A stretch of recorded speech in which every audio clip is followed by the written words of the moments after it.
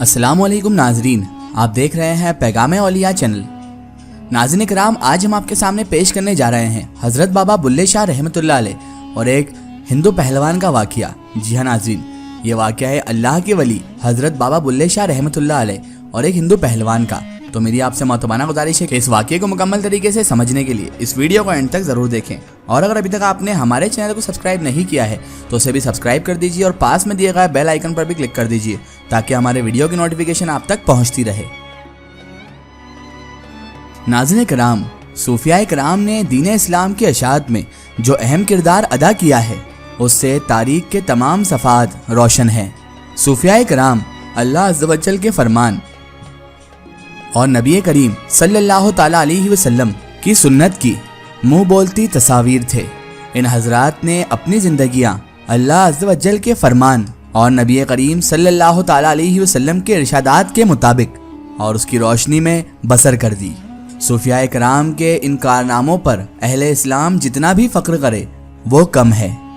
हज़रत सैयद बाबा बुल्ले शाह रहमतुल्लाह अलैह का नाम सूफिया कराम के गिरोह में बड़ा ही जाना और माना गया है। आप हज़रत बुल्ले शाह रहमतुल्लाह अलैह के हयात मुबारका के मुताला से मालूम होता है कि आप हज़रत बाबा बुल्ले शाह रहमतुल्लाह अलैह ने अपने ज़ाती मकसद के लिए नहीं बल्कि दीन इस्लाम की सरबुलंदी के लिए अपनी ज़िंदगी बसर की और दीन की तबलीग और शरीयत की पासदारी को अव्वल तरजीह दी। हज़रत बाबा बुल्ले शाह रहमतुल्लाह अलैह का नाम अब्दुल्ला है, लेकिन आप रहमतुल्लाह अलैह बुल्ले शाह के लक़ब से मशहूर हुए। इसीलिए यही वजह है कि लोगों की अक्सरियत आप रहमतुल्लाह अलैह के नाम से वाकिफ़ नहीं है। हज़रत बाबा बुल्ले शाह रहमतुल्लाह अलैह का नसब 14 वास्तों से हज़रत गौसे आज़म पीराने पीर पीर दस्तगीर कुतुब जिलानी शेख मोहिउद्दीन अब्दुल क़ादिर जिलानी रहमतुल्लाह अलैह तक जा मिलता है। आप रहमतुल्लाह अलैह का शजरा नसब कुछ इस तरह से है। हज़रत सैयद अब्दुल्ला शाह अल मारूफ हज़रत बाबा बुल्ले शाह रहमतुल्लाह अलैह बिन सैयद सकी शाह मोहम्मद दरवेश बिन नूर मोहम्मद बिन अबू बकर बिन वजीउद्दीन बिन अब्दुल हकीम बिन शाह नेमतुल्लाह बिन अबू सदरुद्दीन बिन नसीरुद्दीन बिन मोहम्मद रहमतुल्लाह बिन सैयद याहिया बिन सैयद अहमद बिन सैयद सालेह नसर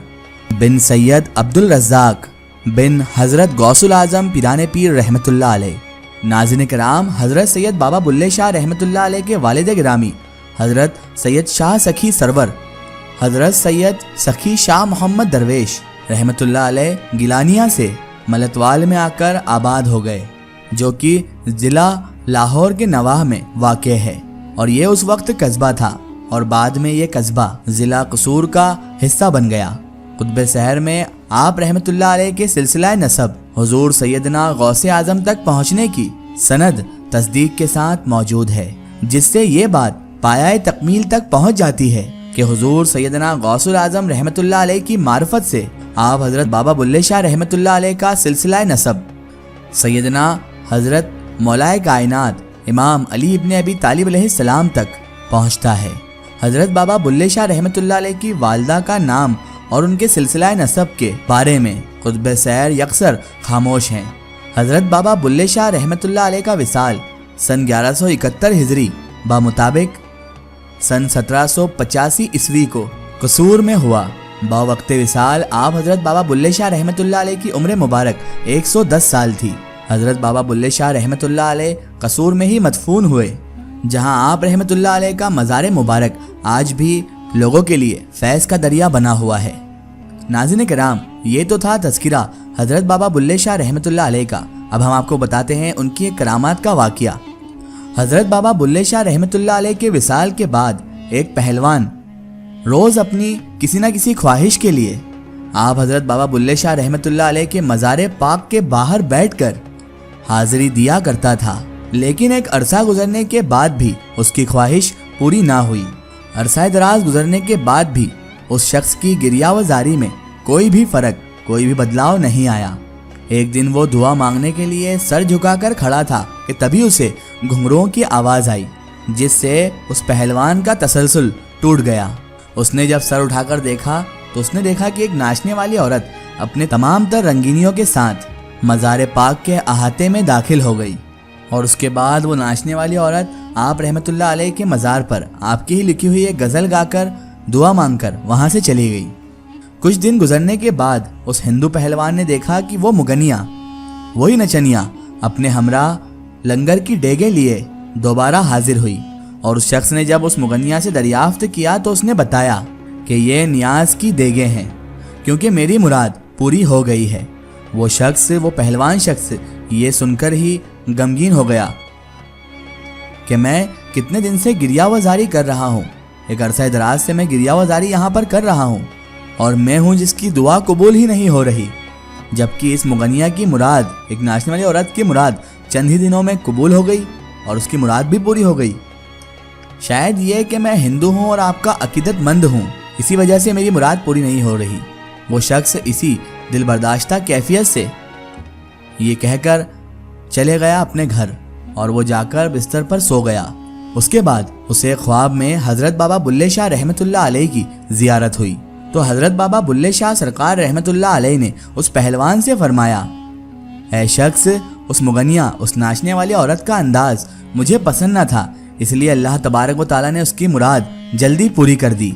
تاکہ وہ عورت بار بار اس انداز میں ہمارے پاس نہ آئے، جبکہ تمہاری گریہ وزاری و عز و انکساری مجھے اور اللہ عز و جل کو بے حد پسند ہے، اسی لیے ہم تمہیں بار بار بلاتے ہیں۔